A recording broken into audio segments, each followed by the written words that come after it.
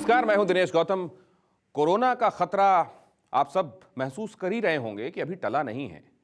दूसरी लहर बुरी तरह परेशान करके गई और एक्सपर्ट्स तीसरी लहर की आशंका जता रहे हैं, बल्कि ये कह रहे हैं कि हो सकता है वो आ चुकी है, लेकिन लोगों में पता नहीं क्यों जागरूकता की आज भी कमी है। और इसको महसूस करते हुए बिस्लेरी के साथ TV9 नेटवर्क लेकर आया है एक अनोखा कैंपेन, #हाथ सेफ रखो। साफ के साथ सेफ रखो। हमारी 11 वैन 11 दिनों तक 11 शहरों में 450 वैक्सीनेशन सेंटर्स पर जाकर लोगों को जागरूक करेगी। अब आप सोच रहे होंगे इसका चुनाव हमने इस तरीके से क्यों किया। असल में इसमें हम लोगों को वैक्सीनेशन के बाद भी कोविड एप्रोप्रिएट बिहेवियर को अपनाने के लिए प्रोत्साहित करेंगे। कैंपेन शुरू करने के लिए हमारे साथ कई खास मेहमान जुड़ रहे हैं। सबसे पहले मैं आपका उनसे परिचय करवा देता हूं। बेहद खास मेहमान आज हमारे साथ जुड़ रहे हैं। डॉक्टर महेश शर्मा हमारे साथ जुड़ रहे हैं, जो कि पूर्व केंद्रीय मंत्री हैं, सांसद हैं। डॉक्टर DS राणा आपको दिखाई दे रहे हैं, पद्म अवार्डी, बहुत बड़ा नाम हेल्थ केयर के मामले में। और उनसे बेहतर कौन होगा कि ये आदतें इनकलकेट करने में ये कैंपेन कितना सार्थक उनको नजर आता है। इसके अलावा डॉक्टर संजय राय आपको नजर आ रहे हैं। डॉक्टर संजय राय ने कम्युनिटी मेडिसिन के क्षेत्र में कमाल का काम किया है। कोविड के दौरान हमारे देश के वो नामचीन लोग, एक्सपर्ट्स, जिन्होंने बेहद सार्थक इनपुट दिया है, काम किया है, दिन रात एक करके काम किया है, उनमें से डॉक्टर संजय राय भी हैं। और आपको अंजना घोष नजर आ रही हैं हमारे साथ, हमारी खास मेहमान, director marketing and business development, Bisleri international private limited. सबसे पहले अपने मेहमानों से ये समझते हैं कि इस पहल को वो किस तरीके से देखते हैं और उनकी तरफ से क्या वैल्यू एडिशन है, क्या टिप्स हमको मिलते हैं जिससे हम इस कैंपेन को और सार्थक बना सकते हैं। सबसे पहले डॉक्टर महेश शर्मा, आपके साथ शुरुआत करना चाहता हूं मैं। कोरोना महामारी जब आई विश्व में और देश में, तो बहुत सारी अनिश्चितताओं के साथ थी। ना इस बीमारी के बारे में हम लोगों को पता था, विश्व के वैज्ञानिकों को पता था, देश के लोगों को नहीं पता था, हमारा इंफ्रास्ट्रक्चर तैयार नहीं था, लोग भी इस बीमारी की कितनी गंभीरता होगी उससे परिचित नहीं थे। आई बीमारी, पहली लहर आई, पहली लहर के अंदर नुकसान हुआ। दूसरी लहर आई, वो मात्र करीबन 1.5 महीने के समय रही, लेकिन उसकी गंभीरता और उसकी आक्रामकता बहुत ज़्यादा रही। वो एक स्वाभाविक प्रक्रिया थी और तीसरी लहर भी उसी स्वाभाविक प्रक्रिया का एक हिस्सा है। पहली लहर के बाद हम कुछ दिनों लॉकडाउन में रहे, उसके बाद हम थोड़े खुले। लोगों में ये भ्रम आया कि नहीं, कुछ नहीं होगा, ये तो खाली बड़े बूढ़ों को होगा, शहर वालों को होगी ये बीमारी, तो हम गाँव वालों को नहीं होगी, इनको नहीं होगी। लेकिन उन सब भ्रांतियों को दूर कर कर सेकेंड लहर आई और युवा लोग भी इसके अंदर, मैं एक अस्पताल चेन से जुड़ा हूं और उस अनुभव में मैं धन्यवाद देता हूं TV9 भारतवर्ष को इस शुरुआत के लिए, इस इनिशिएटिव के लिए कि आज इन लहरों से बचने का हमारे पास सबसे पहला दवाई, ऑक्सीजन, रेमडेसिविर, ये तो बाद में है, लेकिन उससे पहले जो आप लोगों ने एक शब्द दिया है कि कोरोना एप्रोप्रिएट बिहेवियर, हमारी जिम्मेदारी, सरकार की जिम्मेदारी नहीं, हमारी जिम्मेदारी। हम स्वयं इससे पीड़ित होने वाले हैं। हमारी अपनी क्या जिम्मेदारी है, हमारी क्या हमारी दिक्कतें हैं, हमारी क्या कर्तव्य हैं, इन सब पर भी हमें उतना ही काम करना पड़ेगा। डॉक्टर राणा का रुख करना चाहता हूं। डॉक्टर राणा, क्योंकि जाहिर है हमारे देश में सीट बेल्ट लगाने के लिए लोगों को एक कांस्टेबल जब खड़ा होकर देखता है तब वो लगाते हैं, हेलमेट लगता है जैसे किसी और के लिए लगा रहे हैं। हम लोग अपनी जान को लेकर, शायद इसलिए भी कि पॉपुलेशन ज्यादा है, हम लोग खुद अपनी जान का प्रीमियम खुद कम लेकर चलते हैं। ऐसे में अवेयरनेस क्रिएट करना एक बहुत अपहिल टास्क है। आपका क्या नजरिया है इस पे? 15-20-16 महीने हो गए और करोड़ों दफ़ा आप लोगों ने TV पर, रेडियो पर, अखबारों में प्रधानमंत्री रोज़ बोलते रहते हैं कि ये सबसे इम्पोर्टेंट है, ये सबसे इम्पोर्टेंट शील्ड है। जब तक हमारी वैक्सीनेशन नहीं होती है तब तक इसको जो सेल्फ लॉकडाउन बोलिए, चाहे सेल्फ कंट्रोल बोलिए, या कोविड एप्रोप्रिएट बिहेवियर कहते हैं, इसमें 3 जो ढालें हैं हमारी, वो मास्क है, हैंड वॉशिंग है, मेंटेनिंग डिस्टेंस। तो मुझे बड़ी खुशी हो रही है कि आप इसको फिर प्रचार करेंगे हर एक चीज़ के बारे में। आप भी 11 सेंटर में जाएंगे, 11 दिन तक इसका प्रचार करेंगे, अच्छी बात है। ऐसे ही बाकी लोग सभी करें। पर मेरी समझ में नहीं आता है कि क्यों हमारे देश में ऐसा होता है कि कोई भी डिसिप्लिन करने के लिए फोर्स यूज करना पड़ता है, कि जैसे इसमें फ़ाइन भी किए कुछ। उसके बाद भी लोगों ने, जैसे डॉक्टर महेश शर्मा ने भी बताया, कि कैंपटी में और कई जगह पर जहाँ भी हो तो इकट्ठे हो जाते हैं, यही गलती हमने पहली लहर जब थोड़ी ठंडी पड़ गई तो वो गलती की, उसका हमने फिर भुगता। इसके बाद अब तीसरी लहर कितनी बड़ी आएगी, कब आएगी, कैसे आएगी, पर यदि हम प्रिकॉशन नहीं यूज़ करेंगे तो वो जल्दी आ जाएगी, और जितने जल्दी तीसरी लहर आएगी उतनी फिर वो ज़्यादा बड़ी भी होगी। इसलिए उसको डिले करना ज़रूरी है, सो दैट उसकी इंटेंसिटी कम होती है जब तक हमें सारी वैक्सीनेशन लग जाए। हाथ सेफ रखो को लेकर मैं अपने मेहमानों से लगातार बात कर रहा हूं, क्योंकि ये जो तीनों काम आपको करने हैं, डिस्टेंसिंग करनी है, हाथ साफ सेफ रखने हैं और मास्क पहनना है, ये असल में अगर आप आदत डालते हैं तो बहुत सारी दूसरी बीमारियों से भी अपने आप को बचाते हैं। तो ये आदत अपने आप में अच्छी आदत है और इसको लेकर चलने में कोई दिक्कत नहीं है। डॉक्टर संजय राय के पास मैं चलना चाहता हूं अब इस बात को लेकर। Doctor Sanjay Rai, community medicine expert के हिसाब से मैं आपसे ये जानना चाहता हूं, हाथों को लेकर आज तक हमको समझाना पड़ता है, कई जगह ऐसी हैं जहां आज भी मिट्टी से, राख से हाथ साफ कर लिए जाते हैं, उसके बाद ध्यान ही नहीं दिया जाता। ऐसी जगह हैं आज भी हमारे यहाँ। और आज हमारे यहाँ पढ़े लिखे लोग भी हैंड हाइजीन को लेकर जितने सतर्क सजग होने चाहिए वो नहीं है। जो हाथ धोने की आप बात करें, ये तो हमारे संस्कार में पड़ा हुआ था, हमारे कल्चर में था, शायद उसको हम भूल गए। वह एविडेंस बेस्ड था। हमारे कई चीजें जिनको हम कई बार अंधविश्वास, थोड़ा सा पढ़ाई कर लेते हैं तो अंधविश्वास हम कहना शुरू कर देते हैं कि बार बार हाथ धोने की क्या जरूरत है, और ये वह बहुत ही हजारों साल की एविडेंस पे था। और रियली जो आपने ये मुहिम चलाई है, मैं उसके लिए आपको धन्यवाद देता हूँ, कांग्रेचुलेसन देता हूँ, क्योंकि यह सबसे बड़ा हथियार है हमारे पास, नॉट ओनली फॉर दिस कोविड-19, even for various other disease also. और अब मैं अंजना जी का रुख करना चाहूंगा। बिस्लरी की तरफ से हमारे साथ वो जुड़ रही हैं, बहुत स्वागत है मैम। हैशटैग हाथ सेफ रखो ये अभियान लेकर जब हम चल रहे हैं तो कुछ कॉन्ट्रडिक्शन भी सामने दिखाई दे रहे हैं क्या आपको? सबसे पहले तो मैं टीवी 9 का धन्यवाद करना चाहूंगी कि हमारे साथ जुड़ के आप ये मुहिम हम चला रहे हैं, जहां पे हम जागरूकता लाने की कोशिश कर रहे हैं। ये पेंडेमिक में जितनी नुकसान हुई है हमको, उसमें से कुछ अच्छी बातें भी निकली है, जैसे हेल्थ की तरफ हमारा बहुत ध्यान है, और ये आज जो हाथ साफ रखने की एक अच्छी आदत है, इस अच्छी आदत को हम सब समझ रहे हैं कि ये आगे ले जाना चाहिए। कोविड हो या ना हो, हाथों को साफ रखना हमारे लिए बहुत ज़रूरी है, क्योंकि हैंड्स हमारे इन्फेक्शन की एंट्री पॉइंट है, और अगर ये साफ है तो हम शायद बहुत सारी बीमारियों से जुड़ सकते हैं। ये ध्यान में रखते हुए कि ये जो बिहेवियर अब हर कंज्यूमर में आया है, इसको आगे ले जाना है, तो ये हैंड प्यूरिफायर जो हमने लॉन्च किया है विथ द होल अटेम्प्ट कि ये आपके हाथों को मॉइस्चराइज करेगा। 99.9% जर्म किल तो डेफिनेटली करेगा, बट इसके साथ मॉइस्चराइज एंड अ फ्रेग्रेंस जो शायद आपको लगाने के लिए अच्छी लगे। और पोस्ट कोविड जब आप इसको नहीं याद रखना चाहते हैं, ये clinical experience, hospital like experience को याद नहीं करना चाहते, तभी ये पैकेजिंग और ये प्रोडक्ट आपके साथ जा सकती है। तो मुझे ऐसा लगता है कि अगर कहीं हमको ये प्रैक्टिसेस आगे ले जाना है तो हमें उस किस्म के प्रोडक्ट भी डेवलप करने पड़ेंगे जो लोग अपने साथ उसको एंजॉय कर सके, उसको यूज कर सके। मास्क हो या सैनिटाइजर हो, ये प्रैक्टिस को आगे लेके जाने के लिए development innovations have to come into the product, ताकि आप उससे आप उसको कंपल्शन में नहीं बट चाहते हुए यूज करें। ये भी एक एंगल है जो शायद हम ध्यान नहीं दे रहे हैं। अंजना जी, अब ये हम जिस तरह के देश में हैं, हम प्राइस सेंसिटिव, कॉस्ट इफेक्टिविटी, ये सब बहुत दिमाग में रहता है हमारे देश में। इसको ध्यान में रखते हुए ओवरऑल आप, क्योंकि आप सस्टेनेबल मॉडल की बात कर रही हैं, how do you see it? Well, जैसे मैंने कहा, अगर आप कुछ प्रैक्टिस को बरकरार रखना चाहते हैं, आप प्रैक्टिस को आगे बढ़ाना चाहते हैं, तो उसके लिए उस किस्म की प्रोडक्ट को भी डेवलप करना होगा। और अगर हम ये चाहते हैं कि हमारे लोग, हमारे सिटीजन मोर ये सब जो आज हमने सीखा है हेल्थ के बारे में, हाइजीन के बारे में आगे रखें, तो इसके साथ प्रोडक्ट इनोवेशंस भी होने हैं, ताकि जैसे आपने कहा ये सब एलर्जी वगैरह नहीं होना है।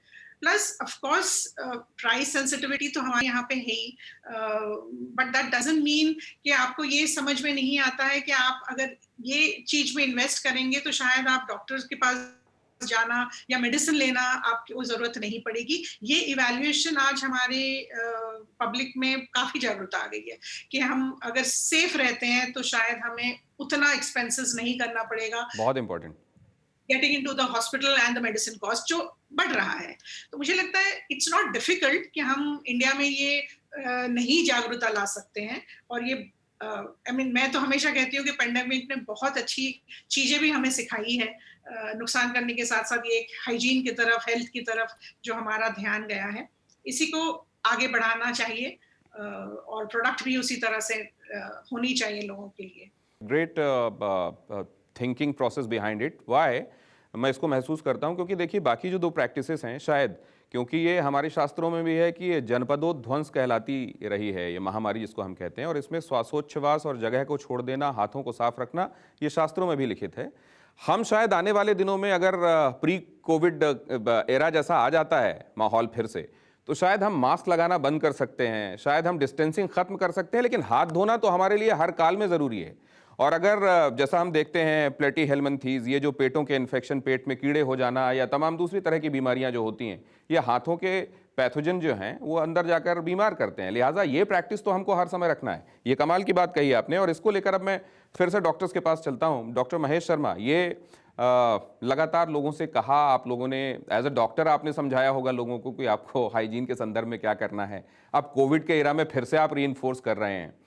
अब क्या वो मौका आ गया है, जैसे अभी कहा गया है कि अब एक्सपेंस की बजाय इसको इन्वेस्टमेंट के तौर पर देखा जाता है, लोग रेडी हैं अब समझाइश सुनने के लिए? देखिए, अब जब डॉक्टर दिनेश गौतम जी बता रहे थे कि ये मास्क, मैं डॉक्टर स्पेशली वर्ड यूज़ कर रहा हूँ, कि हमें बहुत सारी और बीमारियों से भी बचाएगा। वास्तव के अंदर अगर हम इकोनॉमिकल कर कोई लॉस और हेल्थ पॉइंट ऑफ व्यू से अगर कोई लॉस समझें इस कोरोना के कारण, तो इस मास्क और हाथ धोने ने हमारे हेल्थ केयर बजट में इतना ज़्यादा कमी आने वाली है। और हमारा जो खर्चा हेल्थ केयर पर होता है, आम आदमी का, आम जनता का, गरीब का, इस सिर्फ हाथ धोने और मास्क के कारण, ट्यूबरकुलोसिस से लेके वायरल्स की और दुनिया भर की बीमारियां, जुकाम, खांसी, अस्थमा, पोल्यूशन, इन बीमारियों से जो हम बचेंगे, वो इस बीमारी की हमें एक बाई प्रोडक्ट देन होगी, जो दिनेश जी आपने भी महसूस किया उसको, और आपने भी इसी बात को रिपीट किया कि हम इस हाथ धोने मात्र से हमारे सभी शुभ काम, हमारे पुराने समय से भगवान का काम, पूजा का काम, सब हाथ धोने से सबसे पहले बताया जाता था कि भोजन पर बैठें तो हाथ धोकर बैठें। लेकिन इस बीमारी ने हमें फिर याद दिला दिया है कि हम हाथ को धोएंगे। मैं आपको बताना चाहता हूं कि मैंने पिछले 1.5 वर्ष से अपना चेहरा नहीं छुआ है, टच नहीं किया है बिना हाथ धोए। ना सामान्यतः आदत होती थी, अब यूं बैठे मेज पर हाथ लगा दिया, आंखों को मलने लग गए फेस। अगर चेहरा हमारा अच्छा है, स्मार्ट है दिनेश जी की तरह, तो चेहरे को हाथ से मत धोइए। हाथ आपने धो भी लिए, नहीं भी धो पाए तो हमारे शरीर की जो 3-4 ओपनिंग्स हैं ये खुली हुई हैं। आंखें खुली हुई हैं, नाक खुला हुआ है, कान खुले हुए हैं और मुंह खुला हुआ है। कान का पर्दा हमारा सामान्यतः से अंदर है, करीबन आधा सेंटीमीटर अंदर है, जहां तक इन्फेक्शन, सीधे ड्रॉपलेट इन्फेक्शन नहीं पहुंचेगा। आंखों को ईश्वर ने एक मैकेनिज्म दिया है कि आंख के पास कुछ हवा का झोंका भी आता है तो आंख ब्लिंक करती है, आंख बंद होती है। आंख बहुत सारे इन्फेक्शंस को बचा लेती है, ऐसा नहीं कि आंख बिल्कुल बच जाती है इन्फेक्शन से। अगर ड्रॉपलेट इन्फेक्शन सामने किसी ने छींक की, खांसी की तो बच जाएगा, ऐसा नहीं है आंख से, लेकिन आंख से बहुत कुछ बच जाता है इस स्पॉन्टेनियस रिएक्शन की वजह से। 2 चीजें हमारी खुली रहती हैं, नाक तो परमानेंट खुला है और मुंह जो हम जैसे ज्यादा बोलने वालों का खुला ही रहता है इस वजह से। तो अगर हम नाक और मुंह को बंद रख ले, कवर कर लें, तो ये मेरा इशारा उन मास्क पहनने वालों की ओर है जो मास्क तो लगाए हैं, हेलमेट तो सर पर बांध रखा है लेकिन डोरी नहीं बांध रखी नीचे। तो मास्क तो लगाया लेकिन नाक से नीचे, तो नाक तो कवर का बगैर अगर आपने मास्क लगाया है तो उस मास्क का उपयोग नहीं है। और आप समझिए इस भगवान जो कुछ करता है उसे हमें सहर्ष स्वीकार करने के सिवाय ये मास्क और सिर्फ हाथ धोना हमें बहुत सारे हमारे हेल्थ केयर बजट में करोड़ों अरबों रुपए की बचत करने वाला है। हमारा हेल्थ इंडिकेट्स, भाई संजय जी इस विषय पे उन्होंने पक्की रिसर्च कर रखी होगी कि अगर इस मास्क और हाथ से हमारा कितने दवाइयों का बजट, कितना हमारा हेल्थ केयर का बजट, सरकारी में, प्राइवेट में, हर घर के बजट में, जो वो डॉक्टर के प्राइवेट या सरकारी में इतना पैसा खर्च करते थे, तो कितना बजट का बचत होने वाला है। तो मैं चिकित्सक होने के नाते, एक जनप्रतिनिधि होने के नाते, मैं पुनः TV9 भारतवर्ष के कि बचाव से बचाव पहले है, इलाज तो बाद में है। और हमारे जो बचाव में हमारे यहाँ काम करने वाले डॉक्टर हैं उनको अच्छा डॉक्टर माना जाता है। इलाज तो हम करेंगे ही, और उसके बाद एक और डॉक्टर भी होता है पोस्टमार्टम करने वाला, उसकी कोई सम्मान नहीं करता। तो बचाव और इलाज करने वाले डॉक्टरों तक हम बने रहें और इस बीमारी को ना होने दें। और जो ये सामाजिक प्रयास जो आपके टीवी 9 ने जो किया है, मैं इसको साधुवाद देता हूँ। और इस अपील के माध्यम से कि आपने इतना बड़ा शुरुआत करी है, मुझे उम्मीद है कि और सब लोग भी प्रेरणा लेंगे और इसको एक आंदोलन बना लेंगे। और ये आंदोलन बन गया तो हम सिर्फ कोरोना से नहीं, बहुत सारी और चीज़ों से बच जाएंगे। धन्यवाद। और आज आपने मुझको डिग्री भी दे दी है डॉक्टर साहब, अब तो जीवन बन गया मेरा। और हैशटैग हाथ सेफ रखो, एक्चुअली हैंड हाइजीन के संदर्भ में अभी जैसे डॉक्टर साहब कह रहे थे कि हेलमेट लगा है लेकिन डोरी नहीं लगी, मास्क लगा है लेकिन नीचे लटक रहा है, उसी तरीके से हाथ कई बार आपको धुला प्रतीत होता है लेकिन वो सेफ नहीं होता। हाथ सेफ रखो, इसीलिए स्पेसिफिकली ये हाथ सेफ, इसको ध्यान में रखना पड़ेगा, रजिस्टर करना पड़ेगा। हाथ धो लेना भर, कई बार सिर्फ पानी डाल लेना, हाथ को प्रॉपरली धोना, हाथ को प्योर करना, प्यूरिफाई करना, यह आवश्यक है। इसको लेकर अब फिर से डॉक्टर डी एस राणा, मैं आपके पास आ रहा हूं। Doctor D S Rana, inculcating a habit 1 they die hard, habits are hard to acquire as well. What do you say sir? आप बिल्कुल ठीक कह रहे हैं, पर वैसे मैं जैसे डॉक्टर राय ने बताया, डॉक्टर शर्मा ने बताया, बचपन में बच्चों को सिखाते हैं भी उंगली नाक में डालो, आँख में लगाओ, मुंह में मत डालो, कान में डालो। तो एक हमारे शास्त्रों में शुरू से ही चला आ रहा था कि ये नहीं करना है। कहीं न कहीं इस बीमारी ने जो है आपने कहा कि अब लोगों को हम बार बार कहेंगे, जो है आपने भी अभियान चलाया है, एटलीस्ट जो हाथ हैं उनको अच्छी तरह सिर्फ पानी से मलना, ऐसे धोना नहीं कि पानी छिड़क लिया, वो तो ऐसा लगता है गंगा जल की तरह छिड़क लिया, वो नहीं है। हाथ को 20 या 30 गिनकर अच्छी तरह साबुन लगाकर पानी से धोना जो ज़रूरी है। और मेरे मुताबिक वो हाथ धोना जो है वो उससे भी सैनिटाइजर लगाने से ज़्यादा अच्छा है, सस्ता भी है और अच्छा भी ज़्यादा है। सैनिटाइजर यूज कर लो पर हाथ धो अच्छी तरह, साबुन से हाथ धो, उससे वो धोना जो ज़रूरी है। और ये चीज़ हम कर सकें। और मास्क का जो है डॉक्टर सुमेश ने बहुत ही अच्छी एग्जाम्पल दी, मुझे बड़ी अच्छी लगी। इन्होंने बताया कि उस मास्क पहना हुआ लटकाया, उसका कोई फ़ायदा नहीं है कि हम बस पुलिस के डर का मास्क पहना हुआ है।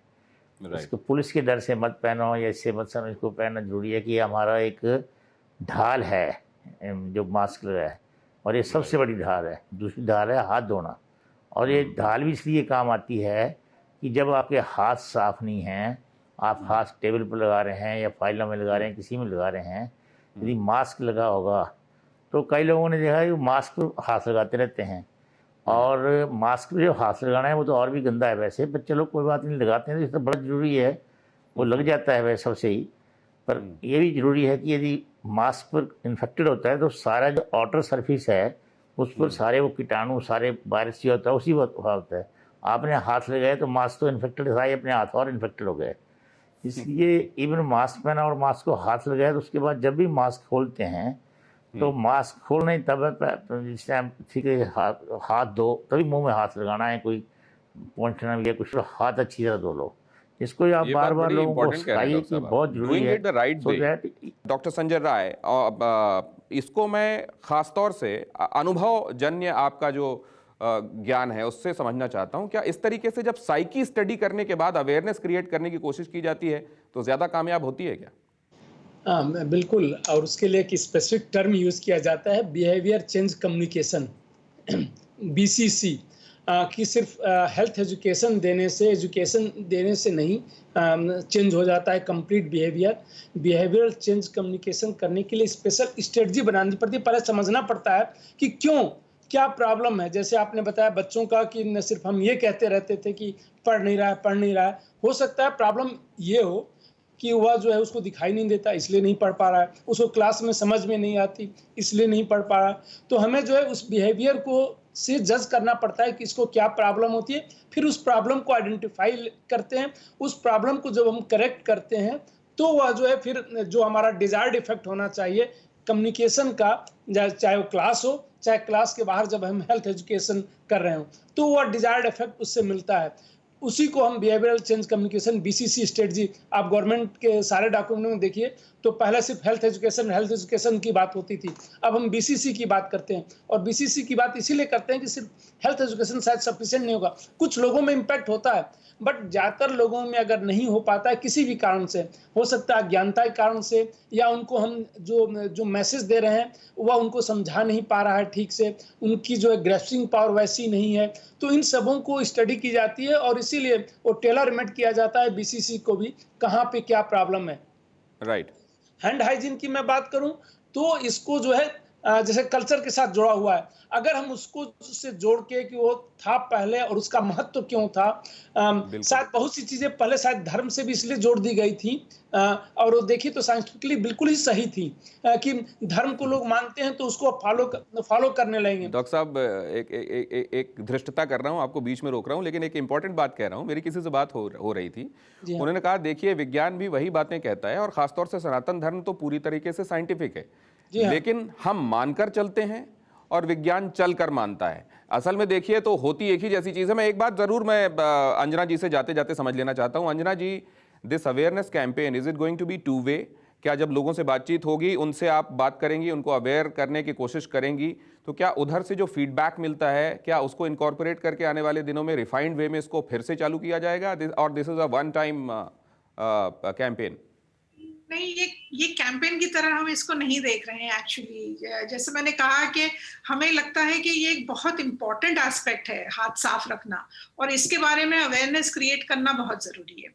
तो ये तो मैं कभी भी नहीं कहूंगी कि ये हम कैंपेन की तरह देख रहे हैं, ये एक्सरसाइज जारी रहने वाला है और हम ये अवेयरनेस वेरियस टाइप से क्रिएट करेंगे कि please continue with your health hand hygiene. जैसे हमने कहा कि विथ वैक्सीन और आफ्टर वैक्सीन ऑल्सो, ये एक बहुत अच्छी आदत हमने डेवलप की है। और इसके बाद हालांकि ये मैं एक सटायरिकल वे में कह रहा हूं और लाइट नोट में कह रहा हूं, लेकिन हिंदुस्तान में कहते हैं किसी चीज की आदत आपको डालना हो या करने के लिए कहना हो तो उसको करने के लिए मत कहिए, आप जाकर उससे कहिए ये मत करना, तो वो जरूर करता है। बहरहाल बहुत धन्यवाद आप लोगों का वक्त निकालने के लिए, इंपॉर्टेंट इनपुट्स देने के लिए, और आप अपने कैंपेन में कामयाब हों इसके लिए बहुत सारा आपको बहुत सारी शुभकामनाएं। और आपने सुना तमाम जो एक्सपर्ट्स हैं वो क्या कह रहे हैं।